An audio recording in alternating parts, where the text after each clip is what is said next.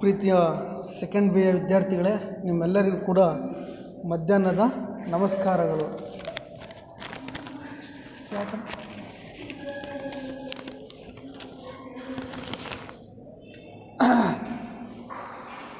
Voice ಕೇಳ್ತಲ್ಲ ನಮ್ಮ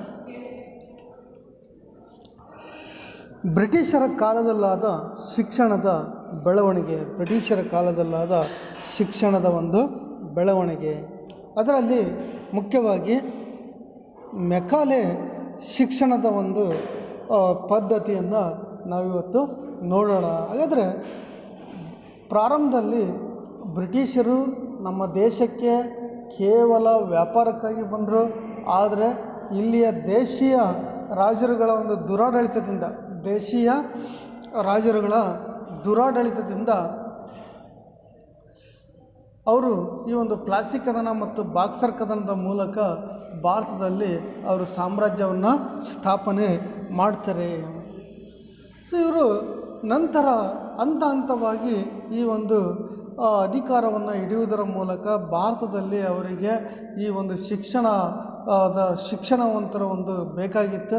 ಅದಕ್ಕೋಸ್ಕರ ಅವರು ಶಿಕ್ಷಣವನ್ನು ಸುಧಾರಣೆ ಮಾಡಬೇಕು ಅಂತೇಳ್ಬಿಟ್ಟು ಈ ಒಂದು ಅಜ್ಞಾನದ ಒಂದು ನಿವಾರಣೆಗಾಗಿ ಮತ್ತು ಈ ಒಂದು ಪರಿಣಿತಿ ಹೊಂದಿರತಕ್ಕಂಥ ಸೇವಕರ ಒಂದು ಅವಶ್ಯಕತೆಗಾಗಿ ಮತ್ತು ರಾಜಾರಾಮ್ ಮೋಹನ್ ರಾಯ್ರವರ ಒಂದು ಬಹುದೊಡ್ಡ ಒಂದು ಪಾತ್ರದಿಂದ ಮತ್ತು 1784ರಲ್ಲಿ ಏಷ್ಯಾಟಿಕ್ ಸೊಸೈಟಿ ಆಫ್ ಬೆಂಗಾಳನ್ನು ಸ್ಥಾಪನೆ ಮಾಡಿದ್ದರಿಂದ, 1784ರಲ್ಲಿ ಏಷ್ಯಾಟಿಕ್ ಸೊಸೈಟಿ ಆಫ್ ಬೆಂಗಾಳನ್ನು ಸ್ಥಾಪನೆ ಮಾಡಿದ್ದರಿಂದ ಸೊ ನೋಡಿ, ಅವರಿಗೆ ಭಾರತದಲ್ಲಿ ಇಂಗ್ಲೀಷ್ ಶಿಕ್ಷಣವನ್ನು ಪರಿಚಯಿಸೋದಕ್ಕೆ ಮುಖ್ಯವಾಗಿರ್ತಕ್ಕಂಥ ಕಾರಣ ಏನಪ್ಪ ಅಂದರೆ, ಭಾರತೀಯರು ತುಂಬ ಅನಕ್ಷರಸ್ಥರಾಗಿದ್ದರು. ಭಾರತೀಯರು ಏನಾಗಿದ್ರಮ್ಮ? ಅನಕ್ಷರಸ್ಥರು ಆಗಿದ್ದರು. ಅದಕ್ಕೋಸ್ಕರ ಏನು ಮಾಡಿದ್ರು? ಅಜ್ಞಾನದ ನಿವಾರಣೆ ಮತ್ತು ವಿದ್ಯಾವಂತರ ಒಂದು ಒತ್ತಡವನ್ನು ಹಾಕ್ತಾ ಬಂದರು. ನಂತರ ಪರಿಣಿತಿ ಹೊಂದಿರತಕ್ಕಂಥ ಒಂದು ಸೇವಕರ ಅವಶ್ಯಕತೆ ಮತ್ತು ರಾಜಾರಾಮ್ ಮೋಹನ್ ರಾಯ್ರವರ ಒಂದು ಪಾತ್ರ. ರಾಜಾರಾಮ್ ಮೋಹನ್ ರಾಯ್ರವರು ತುಂಬಾ ಹೋರಾಟ ಮಾಡ್ತಾರೆ ಭಾರತದಲ್ಲಿ ಇಂಗ್ಲೀಷ್ ಶಿಕ್ಷಣವನ್ನು ಪರಿಚಯಿಸೋದಕ್ಕೆ. ಇವತ್ತು ನಿಮಗೆಲ್ಲ ಗೊತ್ತಿದೆ, ಸಿಟಿನಲ್ಲಿ ಎಷ್ಟು ಇಂಗ್ಲೀಷ್ ಶಿಕ್ಷಣ ಇರಬೇಕು. ಹೌದೇ ನಮ್ಮ ಇಂಗ್ಲೀಷ್ ಮಸ್ಟ್ ಬೇಕೇ ಬೇಕು. ನೀವೆಲ್ಲ ಇಂಗ್ಲೀಷ್ ಮೀಡಿಯಮ್ ಸೇರಿದರೆ ತುಂಬಾ ಒಂದು ಒಳ್ಳೆಯದು. ನಿಮಗೆಲ್ಲ ಮುಂದೆ ಫ್ಯೂಚರಲ್ಲಿ ಒಳ್ಳೆಯ ಅವಕಾಶಗಳು ಸಿಗ್ತವೆ. ಯಾರಿಗೆ ಇಂಗ್ಲೀಷನ್ನು ಓದೋದ್ರ ಜೊತೆ ಕಲಿತಾ ಹೋಗ್ತಾರೆ, ಖಂಡಿತ ಅವರಿಗೆ ಒಂದು ಒಳ್ಳೆಯ ಅವಕಾಶಗಳು ಸಿಗ್ತವೆ. ಅದಕ್ಕೋಸ್ಕರ ರಾಜಾರಾಮ್ ಮೋಹನ್ ರಾಯ್ರವರು ನಮ್ಮಲ್ಲಿರ್ತಕ್ಕಂಥ ಸಾಂಪ್ರದಾಯಿಕ ಶಿಕ್ಷಣ, ಗುರುಕುಲ ಪದ್ಧತಿಯ ಶಿಕ್ಷಣ ಏನಿತ್ತಲ್ಲ, ಅದನ್ನು ಸಂಪೂರ್ಣವಾಗಿ ತ್ಯಜಿಸಿಬಿಟ್ಟು ನಮಗೆ ಭಾರತೀಯರಿಗೆ ಇಂಗ್ಲೀಷ್ ಶಿಕ್ಷಣದ ಒಂದು ಅವಶ್ಯಕತೆ ಇದೆ ಅಂತೇಳ್ಬಿಟ್ಟು ಆಂಗ್ಲ ಸರ್ಕಾರಕ್ಕೆ ಅನೇಕ ಪತ್ರಗಳನ್ನು ಬರೆಯುವುದರ ಮೂಲಕ ಮನವರಿಕೆಯನ್ನು ಮಾಡಿಕೊಡ್ತಾರೆ. ಇನ್ನು ಈ ಒಂದು ಭಾರತದಲ್ಲಿ ಲಾರ್ಡ್ ಮೆಕಾಲೆ, ಇವತ್ತೇನು ನೀವು ಸಿನಿಮಾದಲ್ಲಿ ಟಿ ವಿನಲ್ಲಿ ನೋಡಿದಿರಲ್ಲಮ್ಮ, ನ್ಯಾಯಾಧೀಶರು ಬರೀತಾರಲ್ಲ, ನೋಡಿದ್ರೆ ಜಡ್ಜ್ಮೆಂಟ್ ಬರೀತಾರೆ. IPC ಸೆಕ್ಷನ್ 300ರ ಪ್ರಕಾರ ಅಪರಾಧಿಗೆ ಇಂಥ ಜೀವಾವಧಿ ಶಿಕ್ಷೆ ಅಂತ ಹೇಳ್ತಾರಲ್ಲ. ಇಂಡಿಯನ್ ಪಿನಲ್ ಕೋಡನ್ನು ರಚನೆ ಮಾಡಿರ್ತಕ್ಕಂಥವ್ರು ಯಾರಪ್ಪ ಅಂದರೆ ಲಾರ್ಡ್ ಮೆಕಾಲೆ. ಅವನೊಬ್ಬ ಶ್ರೇಷ್ಠ ವಿದ್ವಾಂಸನಾಗಿರ್ತಾನೆ, ಕಾನೂನು ಸಲಹೆಗಾರ ಆಗಿರ್ತಾನೆ. ಮತ್ತು ಈ ಒಂದು ವಿಲಿಯಂ ಬೆಂಟಿಕ್ಕನ್ನು ಇಂಗ್ಲೀಷ್ ಶಿಕ್ಷಣವನ್ನು ಏನಮ್ಮ ಹೇಳಮ್ಮ, ಮೆಕಾಲೆ ಏನು ಇಂಗ್ಲೀಷ್ ಶಿಕ್ಷಣ ಪರಿಚಯಿಸ್ತಾನಲ್ಲ, ಅದಕ್ಕೆ ವಿಲಿಯಂ ಬೆಂಟಿಕ್ಕನ್ನು ಕೂಡ ಇಂಗ್ಲೀಷ್ ಶಿಕ್ಷಣವನ್ನು ಪರಿಚಯಿಸಬೇಕಂತೇಳ್ಬಿಟ್ಟು ಅವನು ಕೂಡ ಸಾಕಷ್ಟು ಈ ಒಂದು ಪ್ರೋತ್ಸಾಹವನ್ನು ನೀಡ್ತಾನೆ. ವಿಲಿಯಂ ಬೆಂಟಿಕ್ಕನ್ನು ಕೂಡ ತುಂಬಾ ಪ್ರೋತ್ಸಾಹವನ್ನು ನೀಡ್ತಾನೆ. ಸರಿ, ಹಾಗಾದರೆ ವಿಲಿಯಂ ಬೆಂಟಿಕ್ಕು ಮತ್ತು ಲಾರ್ಡ್ ಮೆಕಾಲೆ ಇವರಿಬ್ಬರು ಕೂಡ ಏನು ಮಾಡ್ತಾರೆ ಅಂದರೆ ಭಾರತದಲ್ಲಿ ಇಂಗ್ಲೀಷ್ ಶಿಕ್ಷಣವನ್ನು ಪರಿಚಯಿಸಬೇಕು ಅಂತೇಳ್ಬಿಟ್ಟು ಅವರು ತುಂಬಾ ಪ್ರಯತ್ನವನ್ನು ಪಡ್ತಾರೆ. ಅದರಲ್ಲಿ ಈ ಒಂದು ವಿಲಿಯಂ ಬೆಂಟಿಕ್ಕನ್ನು ಪ್ರೋತ್ಸಾಹವನ್ನು ನೀಡಿಬಿಟ್ಟು ಲಾರ್ಡ್ ಮೆಕಾಲೆಯ ವರದಿಯನ್ನು ಜಾರಿಗೆ ಗೊಳಿಸ್ತಾನೆ.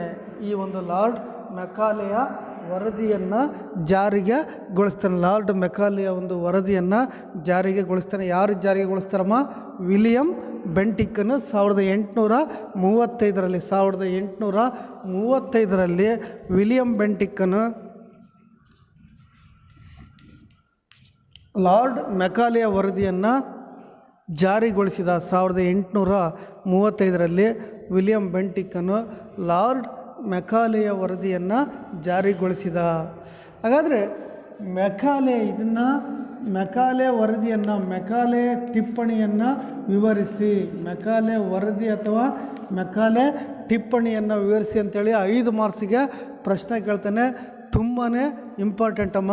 ನೋಡಿ, 5 ಮಾರ್ಕ್ಸಿಗೆ ಇದು ಪ್ರಶ್ನೆ ಬರುತ್ತೆ. ಮೆಕಾಲೆ ವರದಿ ಅಥವಾ ಮೆಕಾಲೆ ಮಿನಿಟು, ಮೆಕಾಲೆ ಟಿಪ್ಪಣಿಯನ್ನು ವಿವರಿಸಿ ಅಂತೇಳ್ಬಿಟ್ಟು ಈ ಒಂದು ಮೆಕಾಲೆ ವರದಿಯನ್ನು ನೀಡಿದ್ದನ್ನು ವಿಲಿಯಂ ಬೆಂಟಿಕ್ಕನ್ನು ಜಾರಿಗೆ ತಂದನು. ಹಾಗಾದರೆ ಏನಪ್ಪ ಈ ಮೆಕಾಲೆ ವರದಿಯ ಒಂದು ಲಾಭಗಳು? ಫಸ್ಟ್ ಮೊದಲನೇ ಒಂದು ಲಾಭ. ಹಾಗಾದರೆ ಇದರ ಒಂದು ಮೆಕಾಲೆ ವರದಿಯ ಲಾಭಗಳು, ಅಡ್ವಾಂಟೇಜಸ್ ಏನಪ್ಪ? ಹಾಗಾದರೆ ಮೆಕಾಲೆ ವರದಿಯ ಒಂದು ಲಾಭಗಳು. ಮೆಕಾಲೆ ಹೇಳ್ತಾನೆ, ನಿಜಕ್ಕೂ ಕೂಡ ತುಂಬ ಒಂದು ಒಳ್ಳೆಯ ವಿದ್ವಾಂಸ, ಕಾನೂನು ಸಲಹೆಗಾರ. ಅವನು ಹೇಳ್ತಾನೆ, ಇಡೀ ದೇಶೀಯ ಸಾಹಿತ್ಯ, ಭಾರತದ ದೇಶೀಯ ಸಾಹಿತ್ಯ ಇಡೀ ಭಾರತಾದ್ಯಂತ ಇರ್ತಕ್ಕಂಥ ದೇಶೀಯ ಸಾಹಿತ್ಯ, ಸಂಸ್ಕೃತ ಸಾಹಿತ್ಯ ಆಗಿರ್ಬೋದು, ಉರ್ದು ಸಾಹಿತ್ಯ ಆಗಿರ್ಬೋದು, ಅದು ಯುರೋಪಿನ ಲೈಬ್ರರಿಯ ಒಂದು ಕಪಾಟಿಗೆ ಸಮನಾಗಲಾರದು ಅಂತೇಳ್ಬಿಟ್ಟು ಹೇಳ್ತಾನೆ. ಯುರೋಪಿನ ಅಲ್ಲಿರ್ತಕ್ಕಂಥ ಒಂದು ಲೈಬ್ರರಿಯ ಒಂದು ಕಪಾಟಿಗೆ ಸಮನಾಗಲಾರ್ದು. ಹಾಗಾಗಿ ನಾವು ಕಟ್ಟಿರುವಂತಹ ಈ ಒಂದು ಇಂಗ್ಲೀಷರ ಸಾಮ್ರಾಜ್ಯ ಎಂದಾದರೂ ಕೂಡ ಅವನತಿಯನ್ನು ಹೊಂದ್ಬೋದು. ಆದರೆ ನಾವು ಇಲ್ಲಿ ಪರಿಚಯಿಸಿರ್ತಕ್ಕಂಥ ಇಂಗ್ಲೀಷ್ ಶಿಕ್ಷಣ ಎಂದಿಗೂ ಕೂಡ ಭಾರತದಿಂದ ನಾಶವನ್ನು ಹೊಂದುವುದಿಲ್ಲ ಅಂತೇಳ್ಬಿಟ್ಟು ಹೇಳ್ತಾನೆ. ಹಾಗಾಗಿ ಈ ಒಂದು ಮೆಕಾಲೆಯ ವರದಿಯ ಒಂದು ಲಾಭಗಳು ತುಂಬಾ ಇದ್ದಾವೆ. ಸೊ ಮೊದಲನೆಯ ಒಂದು ಲಾಭ ಏನಪ್ಪ ಅಂದರೆ, ಫಸ್ಟ್ ಆಂಗ್ಲ ಶಿಕ್ಷಣದಿಂದ, ಮೊದಲನೆಯದು ಆಂಗ್ಲ ಶಿಕ್ಷಣದಿಂದ ಪಾಶ್ಚಿಮಾತ್ಯ ಜ್ಞಾನದ ಮಹಾಪೂರ. ಆಂಗ್ಲ ಶಿಕ್ಷಣದಿಂದ ಪಾಶ್ಚಿಮಾತ್ಯ ಜ್ಞಾನದ ಮಹಾಪೂರ. ಆಂಗ್ಲ ಶಿಕ್ಷಣದಿಂದ ಪಾಶ್ಚಿಮಾತ್ಯ ಜ್ಞಾನದ ಮಹಾಪೂರ ಭಾರತಕ್ಕೆ ಹರಿದು ಬಂದಿತು. ಆಂಗ್ಲ ಶಿಕ್ಷಣದಿಂದ ಪಾಶ್ಚಿಮಾತ್ಯ ಜ್ಞಾನದ ಮಹಾಪೂರ ಭಾರತಕ್ಕೆ ಹರಿದು ಬಂದಿತು. ಆಂಗ್ಲ ಶಿಕ್ಷಣದಿಂದ ಪಾಶ್ಚಿಮಾತ್ಯ ಜ್ಞಾನದ ಮಹಾಪೂರ ಭಾರತಕ್ಕೆ ಹರಿದು ಬಂದಿತು. ನೋಡಿ, ಈಗ ನಮ್ಮಲ್ಲಿ ಮೆಡಿಕಲ್ಲು ಮತ್ತು ಇಂಜಿನಿಯರಿಂಗ್ ಅದೆಲ್ಲ ಯಾವುದ್ರಲ್ಲಿ ಇದೆಯಮ್ಮ? ಮೆಡಿಕಲ್ ಓದೋರು ಯಾವುದ್ರಲ್ಲಿ? ಕನ್ನಡದಲ್ಲಿ ಓದ್ತಾರೆ ನಮ್ಮ, ಇಂಗ್ಲೀಷ್. ಇಂಜಿನಿಯರಿಂಗು ಇವೆಲ್ಲವೂ ಕೂಡ ಈ ಒಂದು ವಿದೇಶದಿಂದ ಪಾಶ್ಚಿಮಾತ್ಯರ ಎಲ್ಲ ಜ್ಞಾನವೂ ಕೂಡ ಈ ಒಂದು ಭಾರತಕ್ಕೆ ಹರಿದು ಬಂತು. ಇನ್ನು ಎರಡನೇದಾಗಿ ಸೂಸು ಸಿದ್ಧಾಂತ.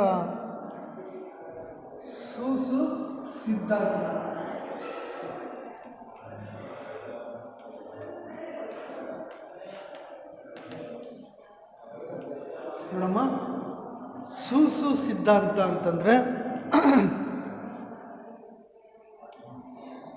ವಿದ್ಯಾವಂತ ವರ್ಗ ಅವಿದ್ಯಾವಂತ ವರ್ಗವನ್ನು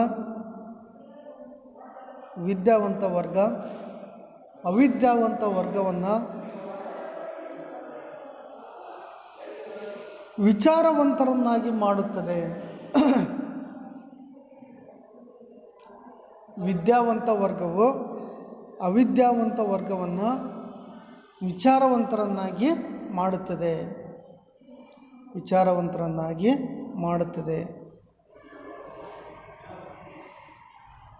ಈಗ ಶಿಕ್ಷಣವನ್ನು ಪಡ್ಕೊಂಡಿರ್ತಕ್ಕಂಥವ್ರು ತಮ್ಮ ಅಕ್ಕಪಕ್ಕ ತಮ್ಮ ಸಹೋದರ ಸಹೋದರಿಯರಿಗೆ ತಮ್ಮ ತಾಯಿ ತಂದೆಯರಿಗೆ ಹೇಗೆ ತಿಳಿಸ್ತಾರೋ ಆ ರೀತಿಯಾಗಿ ಈ ಒಂದು ವಿದ್ಯಾವಂತ ವರ್ಗ ಅವಿದ್ಯಾವಂತ ವರ್ಗವನ್ನು ವಿಚಾರವಂತರನ್ನಾಗಿ ಸುತ್ತದೆ. ಇನ್ನು ನೆಕ್ಸ್ಟ್ ಮೂರನೇದು, ಮೆಕಾಲೆ ಶಿಕ್ಷಣ ಪದ್ಧತಿಯಿಂದ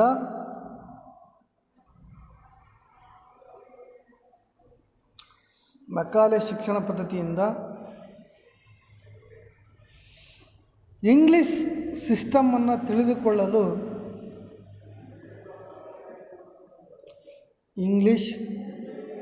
ಸಿಸ್ಟಮನ್ನು ತಿಳಿದುಕೊಳ್ಳಲು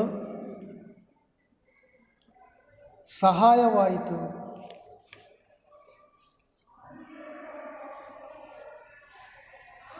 ಮೆಕಾಲೆ ಶಿಕ್ಷಣ ಪದ್ಧತಿಯಿಂದ ಇಂಗ್ಲೀಷ್ ಸಿಸ್ಟಮನ್ನು ತಿಳಿದುಕೊಳ್ಳಲು ಸಹಾಯ ಆಯಿತು. ಇಂಗ್ಲೀಷ್ ಶಿಕ್ಷಣವನ್ನು ತಿಳಿದುಕೊಳ್ಳಲು ಸಹಾಯ ಆಯಿತು. ಇನ್ನು ನೆಕ್ಸ್ಟ್ ಪಾಶ್ಚಿಮಾತ್ಯ ಶಿಕ್ಷಣದಿಂದ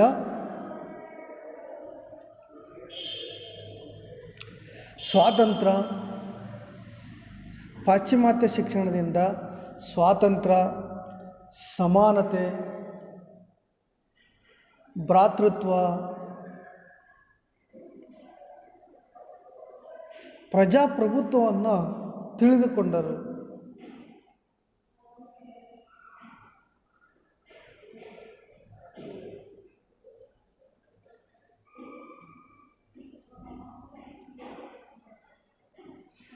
ಇನ್ನು ನೆಕ್ಸ್ಟು ಮತ್ತೊಂದು ಬಹುಮುಖ್ಯವಾಗಿರ್ತಕ್ಕಂಥ ಅಂಶ ಸಾಮಾನ್ಯ ಭಾಷೆ, ಸಾಮಾನ್ಯ ವಿಚಾರಧಾರೆಗಳು,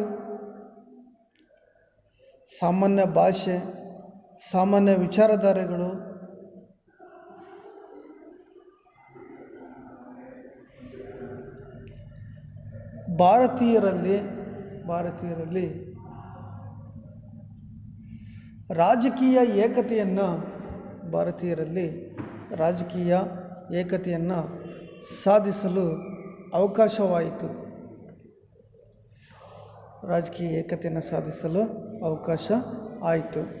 ಸಾಮಾನ್ಯ ಭಾಷೆ, ಸಾಮಾನ್ಯ ವಿಚಾರಧಾರೆಗಳು ಭಾರತೀಯರಲ್ಲಿ ರಾಜಕೀಯ ಏಕತೆಯನ್ನು ಸಾಧಿಸಲು ಅವಕಾಶ ಆಯಿತು.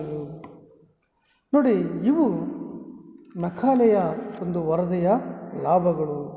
ಹಾಗಾದರೆ ಈ ಒಂದು ಮೆಕಾಲೆ ವರದಿಯ ಒಂದು ಪ್ರಮುಖವಾಗಿರ್ತಕ್ಕಂಥ ಲಾಭಗಳೇನಪ್ಪ ಅಂದರೆ, ಆಂಗ್ಲ ಶಿಕ್ಷಣದಿಂದ ಪಾಶ್ಚಿಮಾತ್ಯರ ಒಂದು ಜ್ಞಾನದ ಮಹಾಪೂರ ಭಾರತಕ್ಕೆ ಹರಿದು ಬಂತು.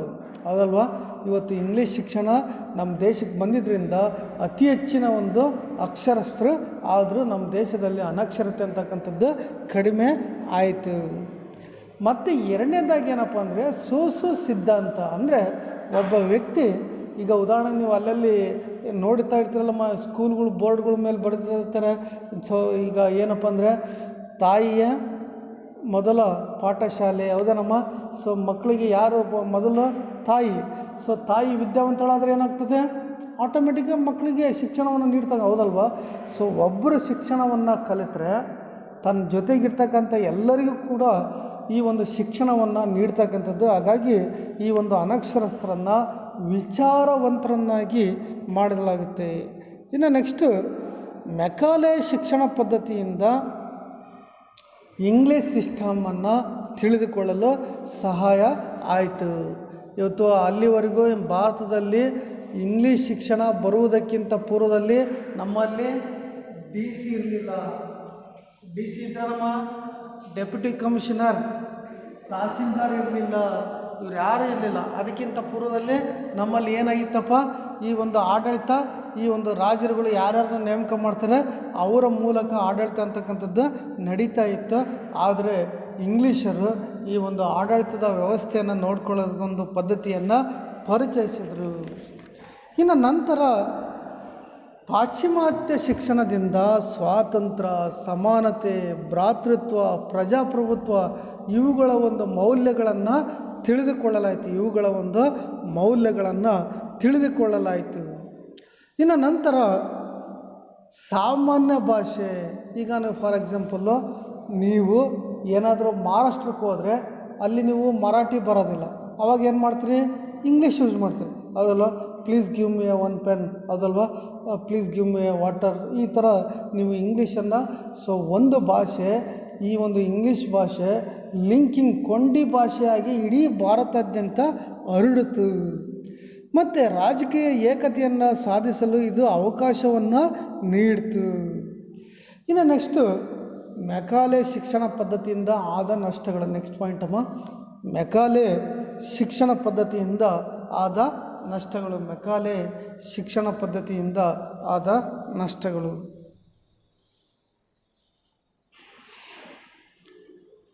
ಮೆಕಾಲೆ ಶಿಕ್ಷಣ ಪದ್ಧತಿಯಿಂದ ಆದ ನಷ್ಟಗಳು.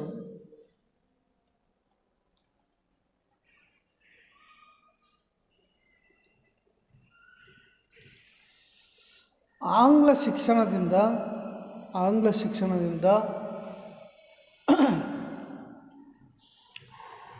ಶಿಕ್ಷಣದಿಂದ ಕಾರಕೂನ ವರ್ಗವನ್ನು ಸೃಷ್ಟಿಸಿತೇ ವಿನಃ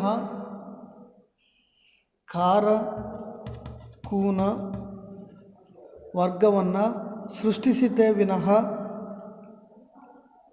ಕಾರಕೂನ ಕ್ಲರ್ಕ್ ಕಾರಕೂನ ವರ್ಗ ಕಾರಕೂನ ವರ್ಗವನ್ನು ಸೃಷ್ಟಿಸಿತೇ ವಿನಃ ವಿಚಾರವಂತರನ್ನು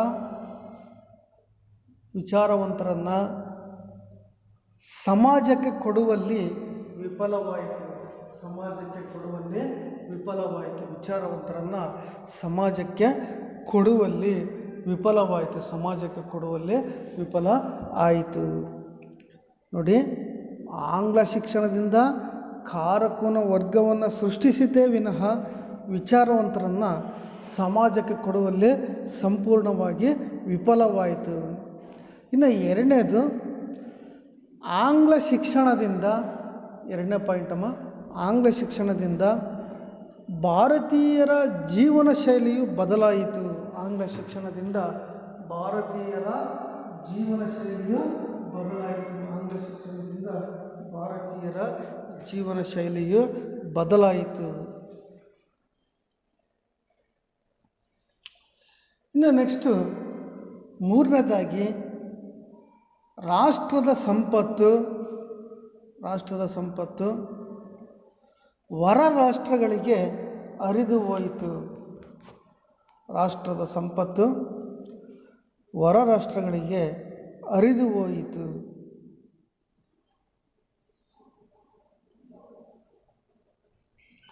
ರಾಷ್ಟ್ರದ ಸಂಪತ್ತು ಹೊರ ರಾಷ್ಟ್ರಗಳಿಗೆ ಹರಿದು ಹೋಯಿತು.